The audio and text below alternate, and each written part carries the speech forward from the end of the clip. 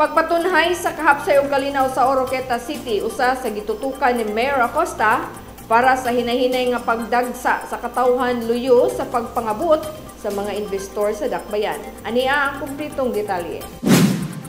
Gipanghingusga ni Oroqueta City Mayor Lemuel Merrick M. Acosta nga mapatunhay ang kahapsay ug kalinaw sa dakbayan, isip tipik sa pagpangandam sa pagdagsa sa bagang duot nga katawhan tungod sa pagpangabot sa mga dagkong tigpatigayon dinhi sa dakbayan. Ilabi na ang kampanya batok sa illegal nga droga. Tungod kay ang Oroqueta City karon hinahinay ng misaka ang ekonomiya, human nagsugod na og pagpangabot ang mga investor sa dakbayan. Subay ni Mayor Acosta nga sa wala pa siya milingkod isip amahan sa Oroqueta City, kapin usa ka libo pa ang mga negosyo nga anaa sa dakbayan. Apan sa iyang administrasyon og hangtod karon, mikabat na sa 4,000 ang nakatalang mga negosyante nga may buo og puhunan sa Oroqueta City. Kini nga kalampusan nakabot sa dakbayan, nagtangag usab kini og mga panginahanglanon sama sa pagmintinar sa kahapsay ug kalinaw sa palibot para mahatagan og seguridad ang mga negosyante ug mga pumapalit. We need to protect our area of responsibility.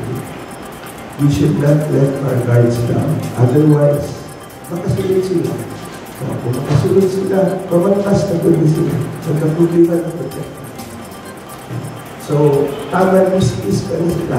Ako na lang ipag-control ng mga putala. Gipasalamatan ni Mayor Acosta ang mga kapulisan ubos sa pagpangulo ni Police Major Roland Dunor tungod sa walay puas nga pagukod sa mga kriminal, ilabi na ang pagukod sa mga tigpayuhot sa illegal nga droga.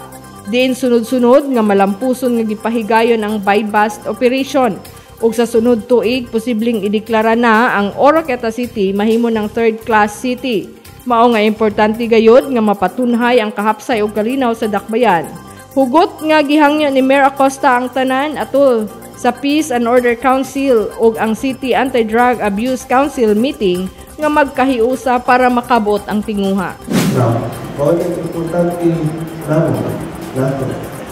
This is not just the concern of the local city executive, the Sanggunian, or the local government unit in general. Peace and order requires the whole community to come together in order to come up with a plan that is acceptable to all, and wherein everybody can participate as well. Di kahit lang nga kung participate ng tanan, hindi na mahimok na ang peace and order is the police concern, the mayor's concern, the barangay concern, the JF is concerned, the F is concerned, and the Philippine Army is concerned. It's everybody's concern. Gustong mahatagan og tubag ni Mayor Acosta ang kalabot sa problema usab sa mga minors nga nakakomitar og bugat nga mga salaod. Akseptado si Mayor nga maglisod ang kapulisan sa pagpahamtang sa silot sa mga minors tungod kay protektado sila sa balaod. Apan gusto sa Mayor nga makahimo og sulbad ang POC ug ang kadak para sa mga minors aron mapakgang ang pagbuhat nila sa mga bugat nga mga salaod sa komunidad.